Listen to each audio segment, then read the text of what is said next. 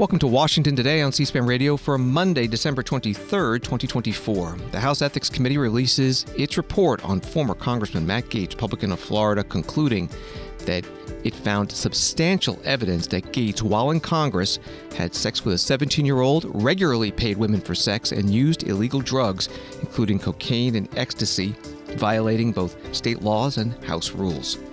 President Joe Biden commutes the sentences of 37 out of 40 inmates on federal death row to life in prison without the possibility of parole. We'll get congressional reaction.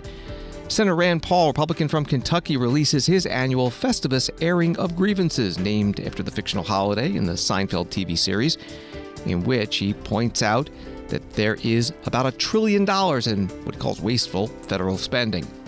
Greenland's premier rejecting President-elect Donald Trump, saying that the United States of America feels that the ownership and control of Greenland is an absolute necessity. President-elect also threatens to take back control of the Panama Canal if Panama does not lower shipping transit fees. And this Christmas week, members of Congress starting to post holiday greetings.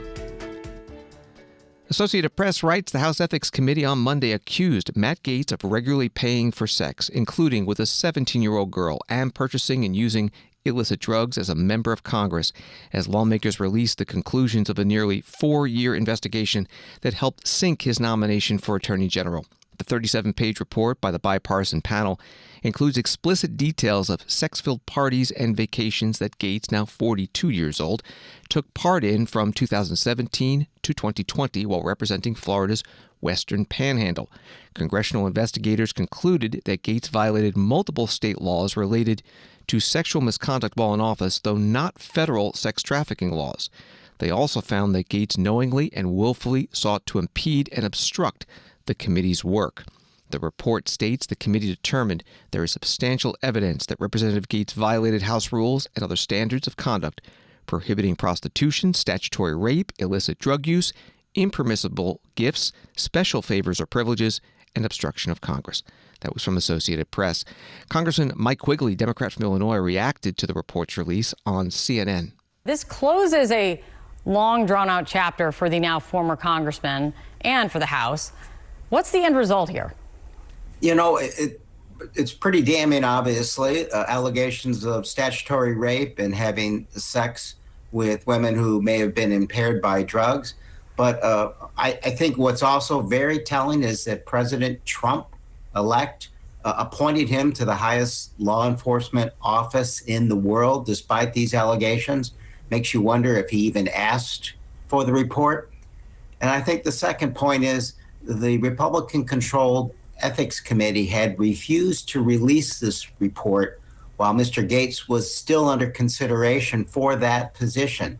Would they ever have released it if he had not resigned and if he was no longer under consideration? That's very disturbing. Congressman Mike Quigley, Democrat from Illinois, today on CNN. Before the report's release, Matt Gaetz filed a federal lawsuit against the House Ethics Committee to try to stop the release, claiming the committee does not have the authority to release reports since he's resigned from Congress, and that his good name would be irreparably harmed because he doesn't have a chance to challenge the investigation and the information that could defame him.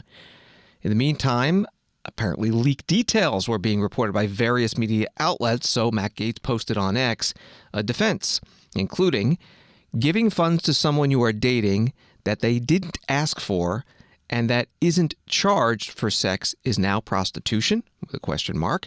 Also, he posted, there is a reason they did this to me in a Christmas Eve report and not in a courtroom of any kind where I could present evidence and challenge witnesses. Also, Politico reporting that the report includes dissent from the panel's chair, Michael Gaetz, Republican from Mississippi, who indicated again he would not have released the findings since Gaetz had already left Congress. Gaetz said the release breaks from the committee's long-standing practice, opens the committee to undue criticism, and will be viewed by some as an attempt to weaponize the committee's process. Politico notes, given the panel's even breakdown by party, at least one Republican must have joined with the panel's Democrats to greenlight its release. Matt Gaetz spoke on Sunday at Turning Point USA's America Fest in Phoenix, Arizona, where he said that he might be interested in running for an expected open U.S. Senate seat in Florida. Many have asked which perch I will be fighting from next. And some of you throughout this conference have even given me a few suggestions. My fellow Floridians have asked me to eye the governor's mansion in Tallahassee. Maybe special counsel to go after the insider trading for my former colleagues in Congress. It seems I may not have had enough support in the United States Senate. Maybe I'll just run for Marco Rubio's vacant seat in the United States Senate and join some of those folks. And my friend Steve Bannon and others have suggested that I return to the House of Representatives on January 3rd, but I would remind Steve, when he got out of prison, he didn't punch a guard on the way out. For the moment, I'll enjoy being one of you. It was James Madison who said that the most powerful position in America would not be congressman or senator or even president, but that of citizen, because we put such an obligation on the citizenry to ignite the patriotism that the country needs. President Trump will need warriors at every level of government, local, state, and federal. And he's going to need people fighting for him inside and outside of government. Now, I was known as a feisty, tough, and at times exciting congressman. One America News is a feisty, tough, exciting news organization, and I am thrilled to be joining their lineup with the Matt Gaetz Show at 9 p.m. They're even letting me film out of Washington, D.C. a good amount, and so who knows what trouble I may get into while I'm there. Censorship of OAN, the Federalist, and so many other conservatives must be remediated. It is not enough just to stop the censorship now going forward or to limit the repression of our reach and our discussion. We have to go and remediate the censorship that they've already done to One America News and to so many other entities that deserve to be a part of what we are building and what we are doing. Last night on Saturday Night Live, they made a little joke at my expense. Martin Short, in his opening monologue, said, "Oh yeah, I have to hurry up because Matt Gaetz is my Uber driver out back." And I got to thinking about that. Think about being so disconnected that you would sit there with the Hollywood elites while trashing the people who drive Uber and actually work for a living every day. Former Congressman Matt Gaetz, Republican from Florida, on Sunday at the Turning Point USA's America Fest in Phoenix. The House Ethics Committee released its report on Matt Gaetz. We have it posted at cspan.org. Runs 37 pages. About that anticipated open U.S. Senate seat in Florida, if Senator Marco Rubio is confirmed as President-elect Donald Trump's Secretary of State, Lara Trump, daughter-in-law to the president-elect, said on Saturday on X that she is removing her name from consideration as a possible appointed replacement senator. She said, quote, after an incredible amount of thought, contemplation, and encouragement from so many. And on the subject of House ethics, this from The Hill today, the Ethics Committee has decided not to open an investigation into outgoing House Foreign Affairs Committee Chair Michael McCaul, Republican from Texas, who was detained in November for public intoxication while traveling through Dulles International Airport. In a report released Monday, the committee said it voted on December 10th against opening a probe into McCaul after the Texas lawmaker informed them misdemeanor charges filed against him in district court in Virginia would be dropped, a process that took place days later. McCaul has publicly acknowledged poor decision-making in mixing the sleeping medication Ambien and alcohol while traveling in early November, causing him to miss his flight home to Texas. He reportedly became disoriented in the airport, locking himself out of his smartphone, and was ultimately detained by airport authorities. That was all from The Hill. This is Washington Today. Reaction is coming in to President Joe Biden's decision to commute the sentences of 37 of the 40 people on federal death row to life in prison without the possibility of parole. The president writing, "Make no mistake, I condemn these murderers, grieve for the families of their despicable acts, and ache for all the families who have suffered unimaginable and irreparable loss. But guided by my conscience and my experience as a public defender, chairman of the Senate Judiciary Committee, vice president, and now president, I am more convinced than ever that we must stop the use of the death penalty at the federal level. In good conscience, I cannot stand back and let a new administration resume executions that I halted." But it was part of the statement from President Biden. Senator Eric Schmitt, Republican from Missouri, was on Fox News Channel today. I can only imagine the grief and the shock that these families are experiencing as they get ready for the holidays, remembering the loved ones that were lost and now having to deal with this sort of insult to injury. And I think Joe Biden, in his effort to Trump-proof, we saw some of that, for the next administration, whether it's hiding DEI workers or things at the border. This is just beyond the pale. And I think he's cementing his status as one of the worst presidents in American history, certainly this side of Woodrow Wilson. And I think, John, in that intro, you told it's important, as a former prosecutor myself, I think it's important to talk about the victims here. Lexis Roberts went on a camping trip with her mother and Thomas Sanders. Thomas Sanders, on the way back, took her mother out and executed her in cold blood in front of Lexis, then slit Lexis Roberts' throat and let her die in the woods. This is someone that Joe Biden, on the eve of Christmas, decided to commute his sentence. This is nuts. This is totally nuts. And so the outrage is real. It's justified. And again, Joe Biden on his way out is again cementing his status as one of our worst presidents. Senator Eric Schmidt, Republican from Missouri, today on Fox News Channel. The Donald Trump communications director, Steven Cheung, putting out a statement. These are among the worst killers in the world, and this abhorrent decision by Joe Biden is a slap in the face to the victims, their families, and their loved ones. President Trump stands for the rule of law, which will return when he is back in the White House after he was elected with a massive mandate from the American people. Congresswoman Ayanna Pressley, Democrat from Massachusetts, writing today on X, the president's decision to commute the death sentences of 37 individuals on federal death row is a historic and groundbreaking act of compassion that will save lives, address the deep racial disparities in our criminal legal system, and send a powerful message about redemption, decency, and humanity. The death penalty is a racist, flawed, and fundamentally unjust punishment that has no place in any society. That was the post from Congresswoman Pressley. On Saturday, she posted a video urging the president to take this act. State-sanctioned murder is not justice. It is a terrifying reality that President Biden must address now. Christopher Villalba was my son, and he was the 7th executed on the Trump execution spree. We must move with urgency and ensure that history never repeats itself. We all watched with horror as the first Trump administration went on an unprecedented execution spree, executing 13 people in a matter of months. Penalty. Bring it forth. That was more federal executions than the 70 years we'll see.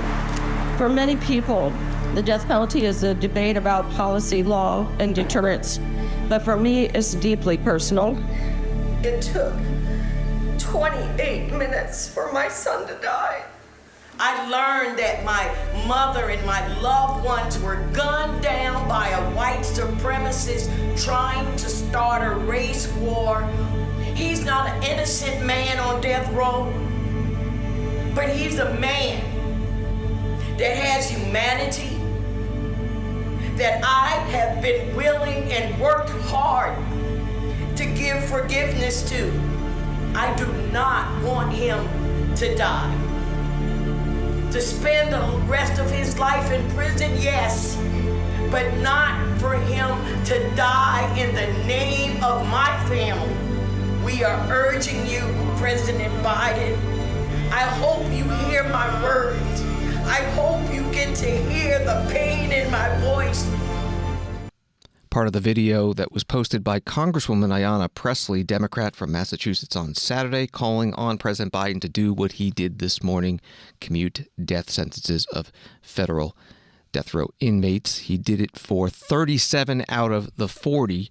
The 3 remaining on death row: Dylan Roof, convicted of the 2015 racist slayings of 9 black members of Mother Emanuel AME Church in Charleston, South Carolina; the 2013 Boston Marathon bomber, one of the brothers, Dzhokhar Tsarnaev; and Robert Bowers, who fatally shot 11 congregants at Pittsburgh's Tree of Life Synagogue in 2018.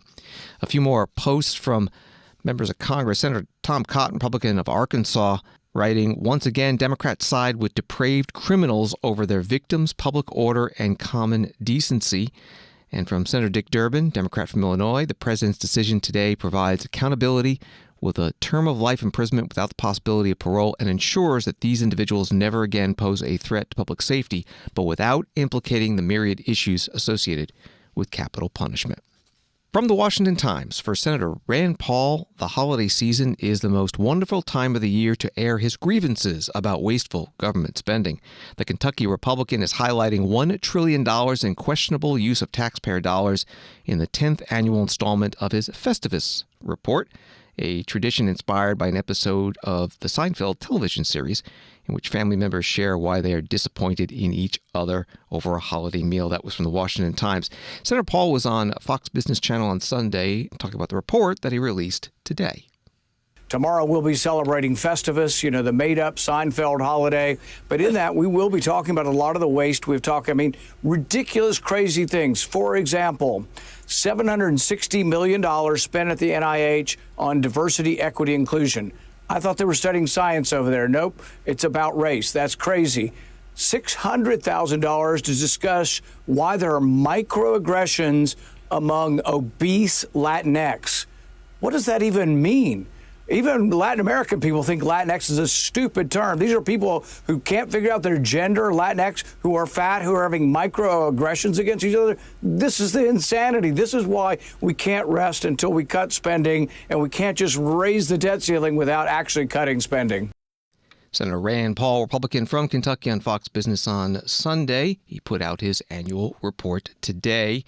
In the preface, he lists a few more examples of what he says is wasteful spending. $10,000 for ice skating beards on ice drag queens, $12 million for Las Vegas pickleball complex, $4.8 million for Ukrainian influencers.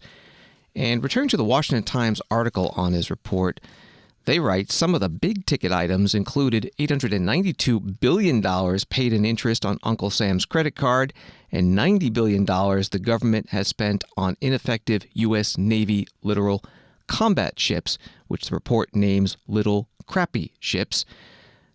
There's also the $15.5 billion promoting electric vehicles Americans don't want, and the $10 billion the federal government spent on maintaining, leasing, and furnishing office buildings that have become virtual ghost towns in the post-COVID era when most government employees work from home.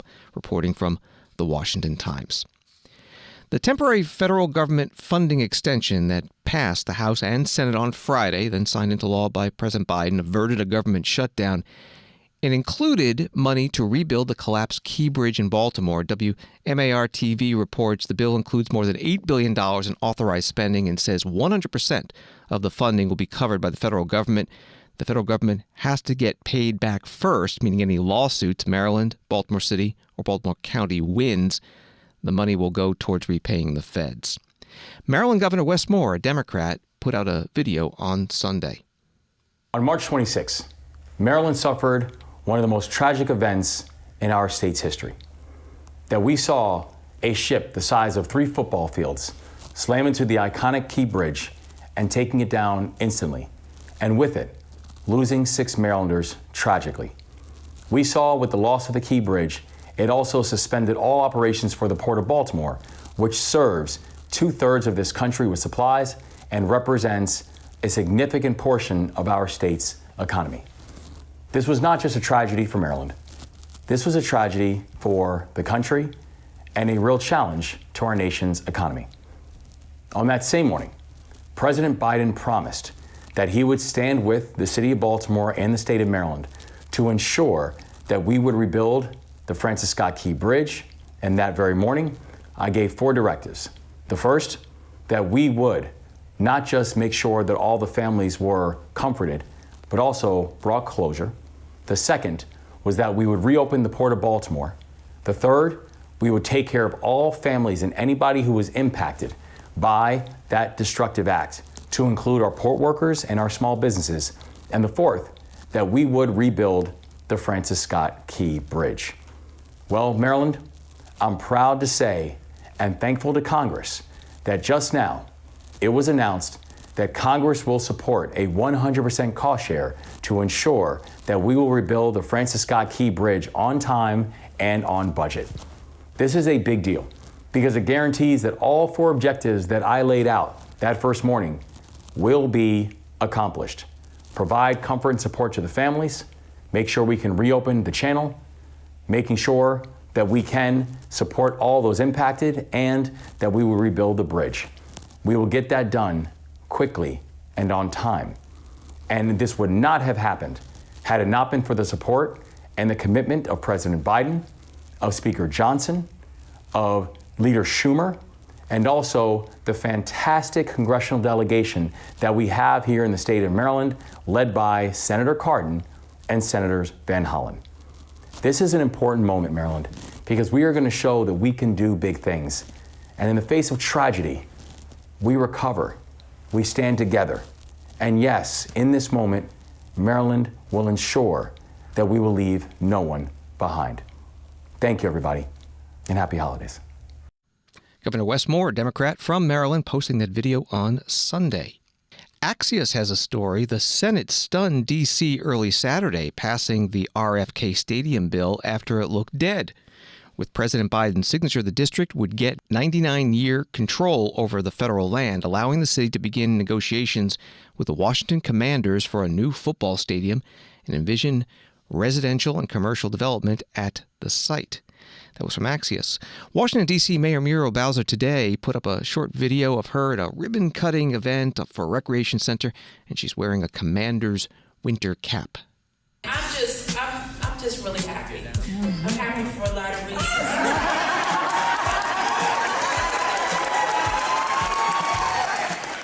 The current lease for the stadium where the Commanders play now in Landover, Maryland, runs through 2027. If there is a new stadium to be built, it's expected that Maryland, Virginia, and Washington, D.C. will put in bids. On Wall Street today, the Dow up 66, NASDAQ up 192, S&P up 43. The Biden administration, writes Reuters, announced on Monday a last-minute trade investigation into older Chinese-made legacy semiconductors that could heap more U.S. tariffs on chips from China that power everyday goods from autos to washing machines to telecom gear.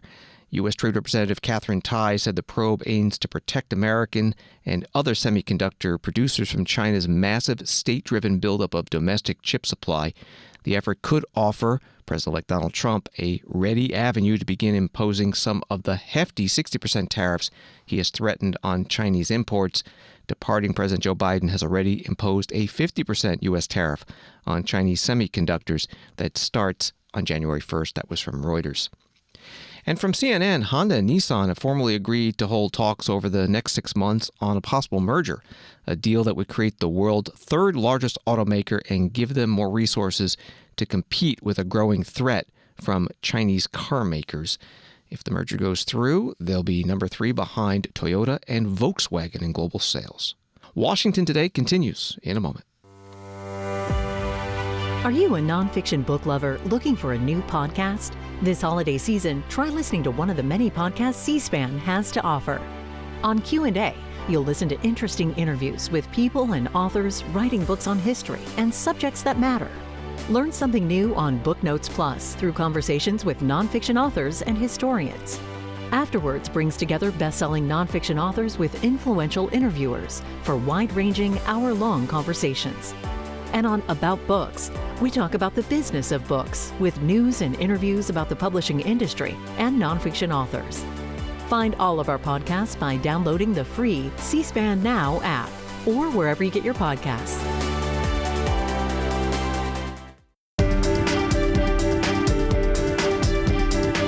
Welcome back to Washington Today, available as a podcast on the free C-SPAN Now mobile app and wherever you find your podcasts.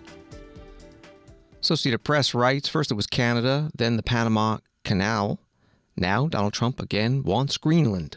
The president-elect is renewing unsuccessful calls he made during his first term for the U.S. to buy Greenland from Denmark, adding to the list of allied countries with which he's picking fights even before taking office on January 20th. In a Sunday announcement naming his ambassador to Denmark, Trump wrote that, for purposes of national security and freedom throughout the world, the United States of America feels that the ownership and control of Greenland is an absolute necessity. That was from Associated Press. Greenland does have a large U.S. military base. It obtained home rule from Denmark in 1979. Greenland's premier putting out a statement today, Greenland is ours. We are not for sale and will never be for sale. We must not lose our years-long fight for freedom. And on the Panama Canal, it was Sunday at Turning Point USA's America Fest in Phoenix that President-elect Trump said the U.S. may have to take it back. Teddy Roosevelt was president of the United States at the time of its building and understood the strength of naval power and trade. When President Jimmy Carter foolishly gave it away for $1. During his term in office, it was solely for Panama to manage and not for China or any other country to manage. You see what's going on there? China.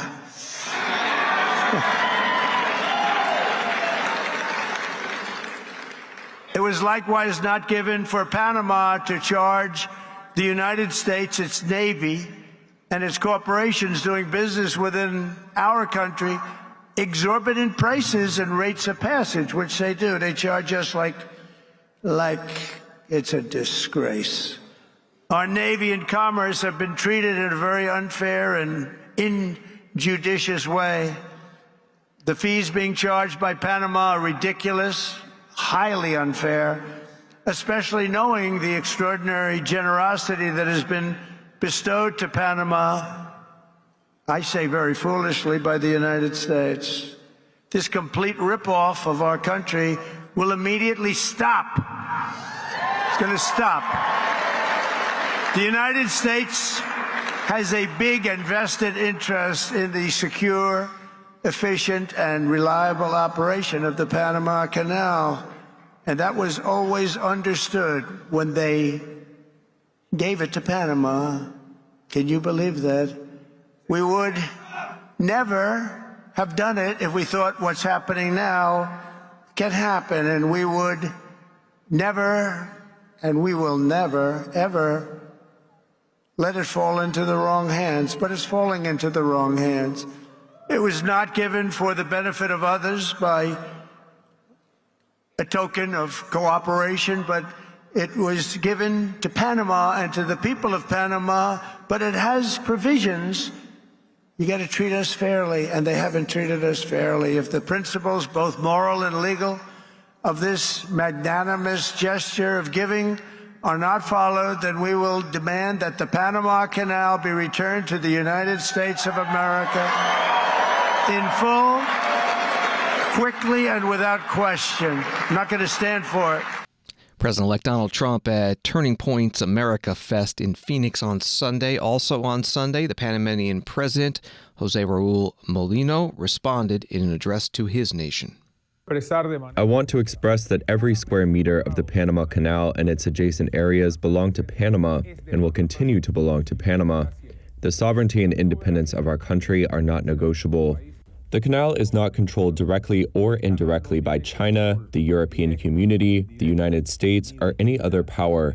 As a Panamanian, I reject any statement that misrepresents this reality.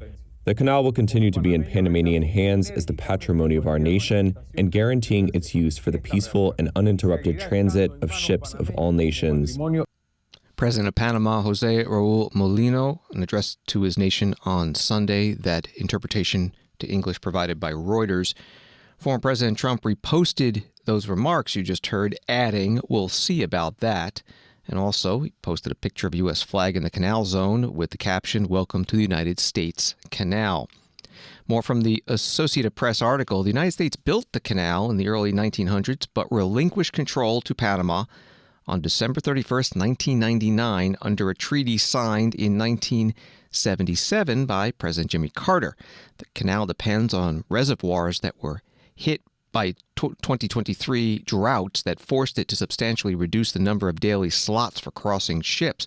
With fewer ships, administrators also increased the fees that shippers are charged to reserve slots to use the canal. That was from AP. Here is former President Jimmy Carter speaking at the handover ceremony in Panama in 1999. Today, we come together, as you have just witnessed, with a spirit of mutual respect, acknowledging without question the complete sovereignty of Panama over this region. With the canal operated superbly, with its organization in the hands of those who have even improved the quality of its operation in recent days, with real democracy in Panama, with an honest election, and then another, freely conceded by those who were defeated, and served well by those who succeeded. Panama has done some interesting things already. The United States had something like state socialism here, in that the government operated everything. Panama has decided to go a different route, very interesting, to establish free enterprise where private investors will come into the zone area, it was a zone area, and will operate on a competitive basis. They're already doing this, and Panama has also set up an international advisory commission made up of important leaders from nations that use the canal services. Former President Jimmy Carter in 1999 at the Panama Canal transfer ceremony in Panama, that from C-SPAN's video library. A BBC News article notes that according to the Panama Canal Authority, 75% of the cargo passing through the canal in the latest fiscal year was either destined for or originated from the United States. And a little bit more from the Associated Press article, the Greenland and Panama flare-ups followed Donald Trump's recently posting that Canadians want Canada to become the 51st state and offering an image of himself superimposed on a mountaintop surveying surrounding territory next to a Canadian flag. During this Christmas week, C-SPAN is airing a series of interviews with departing members of Congress, Republicans, Democrats, and Independents in the House and Senate, including committee chairs, about their careers, key legislative accomplishments, and the state of Congress and American politics. You can find the full schedule at cspan.org. Here's a bit of one of those interviews. Senator Tom Carper, Democrat from Delaware, retiring after 24 years in the Senate, talking about leadership. I always try to lead by example and set a good example of people for my colleagues and people back in Delaware and who watch what I do. I think the other thing is actually to have leaders who understand what leaders are all about. Leaders are. I have a mantra, a speech I give about leadership that would fill up the rest of this interview. But we need leaders who bring all the right qualities to the job and demonstrate that. Leaders are humble, not haughty. They have the heart of a servant. They understand their job is to serve, not be served. Leaders surround themselves with the best people they can find, and when their team does well, the leader gives the credit to the team. There used to be a Frenchman's philosopher named Camus who said that leaders are purveyors of hope, and I get up every morning hopeful, and I urge other people to do that as well. I hope I set a good example. Senator Tom Carper, Democrat from Delaware, part of a C-SPAN interview on his retirement. He did not run again this year after serving 4 6-year terms in the Senate. Before that, he was Delaware governor, and before that, he was congressman from Delaware, in all more than 40 years in office. C-SPAN will be airing interviews with senators and House members who will not be returning for the next Congress this Christmas week. You can find the schedule at cspan.org. And since it is 2 days before Christmas and Hanukkah, members of Congress are starting to post holiday video messages, including House member Robert Aderholt, Republican from Alabama. Hello, this is Congressman Robert Aderholt. The Christmas season is one of my favorite times of the year, and I know many of you feel the same way. All of us like seeing the decorations, the lights, all the great food, and getting to spend time with our family and with our friends. And of course, kids of all ages love the annual visit from Santa Claus. However, as you celebrate this great season, I also encourage you to remember whose birthday we're celebrating. More than 2,000 years ago, the birth of Jesus Christ in a stable in Bethlehem changed the world. And more importantly, it changed lives, and still does. So as we exchange gifts this Christmas, I encourage you to remember the greatest gift of all, the one God gave us in the form of His Son. from my family to yours, wish you a very Merry Christmas and a Happy New Year.